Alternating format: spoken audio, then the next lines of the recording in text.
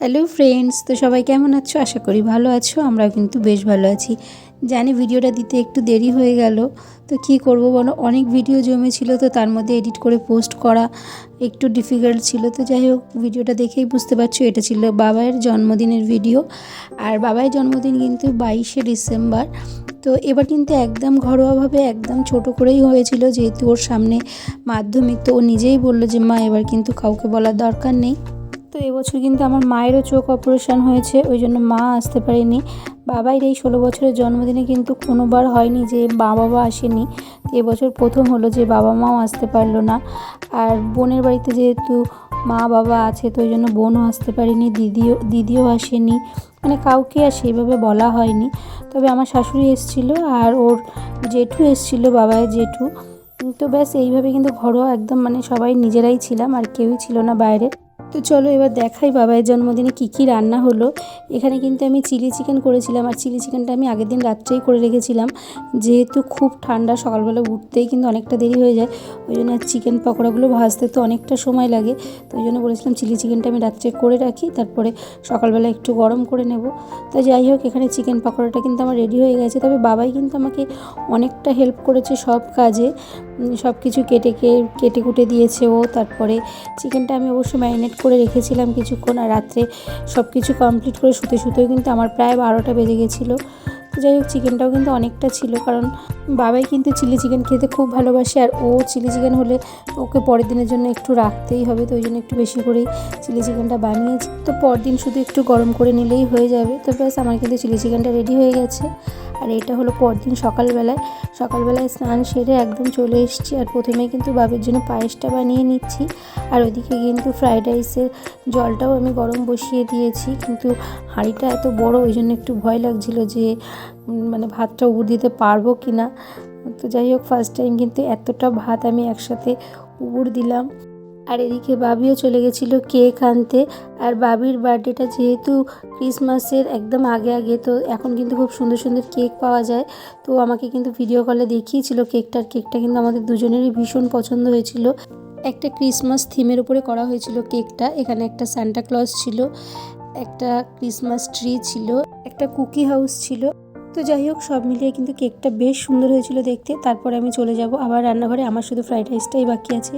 আর দেখো কত বড় কড়াই করে আমি ফ্রাইড রাইসটা বানিয়েছি। তো এই ফার্স্ট টাইম এত বড় কড়াই করে আমি ফ্রাইড রাইস বানালাম।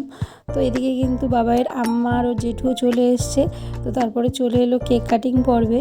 আর ওর আম্মা তো বোঝে না, মানে কেক কাটলে হাততালি দিতে হয়। তো বাবাই আমার শিখিয়ে দিচ্ছিলো আম্মাকে যে তুমি হাততালি দাও।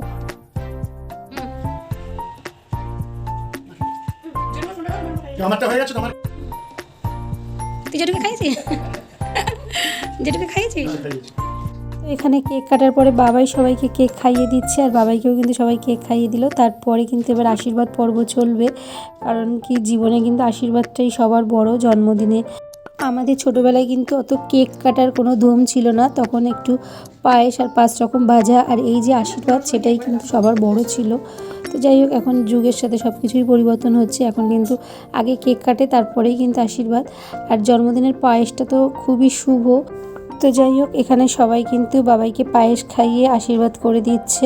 তো এবছর কিন্তু বাবাইয়ের মনটা একটু খারাপই ছিল, কারণ এই প্রথম হলো বাবার জন্মদিনে কেউ এলো না। ওর ভাই বোন দিদি, ওর বন্ধু বান্ধবী কেউই ছিল না। তো দেখা যাক নেক্সট ইয়ার যদি সব কিছু ঠিকঠাক থাকে, বাবাইয়ের রেজাল্ট যদি ভালো হয়, তাহলে বলেছি বড় করে বার্থডে সেলিব্রেশন করব। তো সেটা শুনে কিন্তু ও একটু খুশি হয়েছে। আর এরপরে দেখো সবাইকে ডেকে ডেকে আশীর্বাদ করতে বলছে, যেহেতু আশীর্বাদ করে সবাই টাকা দিচ্ছে, তো ওইটা পেয়ে কিন্তু ও খুব খুশি হচ্ছে। আর আমাকে বললো যে মা, তুমি আমাকে আশীর্বাদ করবে না? আমি বললাম না, আশীর্বাদ তোকে আলাদা করে করার দরকার নেই, আমি তো সবসময় তোকে আশীর্বাদ করি। তো তা হবে না, ওকে এখানে সবার সামনেই, ক্যামেরার সামনে ওকে আশীর্বাদ করতে হবে। তো যাই হোক, তারপর দেখো ওর বাবা আশীর্বাদ করে নিল এখানে। বাবা 1 টাকাই দিচ্ছে, দেখো আম্মা দেখছে বাবা কত দিচ্ছে। ওটাই আন্টি, ওটা দাও আমাকে।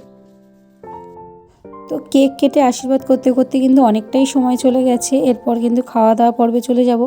আর খাওয়া দাওয়ার মেনুতে কি আছে সবটা তো তোমাদের সাথে শেয়ার করা হয়নি। তো বাবাই এবার বলবে যে কী কী রান্না করেছে। আর এই ফার্স্ট টাইম কিন্তু সব কিছু আমি নিজে হাতে রান্না করলাম। অন্যবার কিন্তু মা থাকে, মাই বেশিরভাগটা সব করে। আর তাছাড়া কিন্তু বেশিরভাগ বছরই বাইরে থেকেই খাবার অর্ডার করা হয়। মেনুতে কি কি আছে দেখি দাও। মেনুতে কী আছে বল? মেনুতে আছে 5 রকম ভাজা, ভেজ ডাল, মাছের ঝাল, চিলি চিকেন, চাটনি, পায়েস, মিষ্টি, স্যালাড, কোল্ড ড্রিঙ্কস। যেহেতু জন্মদিনে 5 রকম ভাজা আর মাছের মুড়োটা আমাদের শুভ, তো ওটা কিন্তু আমাদের দিতেই হয়। ফ্রাইড রাইস, স্যালাড, আচ্ছা 5 রকম ভাজা, ভেজ ডাল, মাছের ঝাল, চিলি চিকেন, চাটনি, পায়েস, মিষ্টি, কোল্ড ড্রিঙ্কস আর জল। তো ব্যাস তারপর কিন্তু খাওয়া দাওয়া কমপ্লিট করে নিলাম। আর এখানে বাবাইয়ের কিছু বান্ধবীরা ওকে কিছু গিফট দিয়েছে, তো সেগুলোই কিন্তু ও পড়তে গিয়ে পেয়েছে এই গিফটগুলো। তো সেগুলো ও বাড়িতে নিয়ে এসে সব ওপেন করে দেখছে। বেশিরভাগ বান্ধবীরাই কিন্তু ওকে কানের দিয়েছে, খুব সুন্দর সুন্দর কানের। অনেকে আবার কিন্তু ওকে খুব সুন্দর সুন্দর কার্ডসও দিয়েছে। আর এখানে একজন কিন্তু ওকে কিছু হ্যান্ডমেড স্ক্রাঞ্চি বানিয়ে দিয়েছে, যেগুলো দেখতে খুব সুন্দর ছিল। আর একজন কিন্তু ওকে বাড়ি এসে গিফট দিয়ে গেছে। তো যাই হোক, ওদের হয়তো একদিন খাইয়ে দেবে। তো ব্যাস এই ছিল আজকের বার্থডে ব্লগ। আর ওকে কিন্তু ভিডিও কলে সবাই উইশ করেছে। তো সবার উইশগুলো আর তোমাদেরকে দেখাতে পারলাম না, তবে ওর মেসোমনা আর ওর ভাই যে উইশটা করেছে সেটা একটু তোমাদের সামনে শেয়ার করলাম। খুব ভালো থেকো, সুস্থ থেকো, অনেক বড় হও।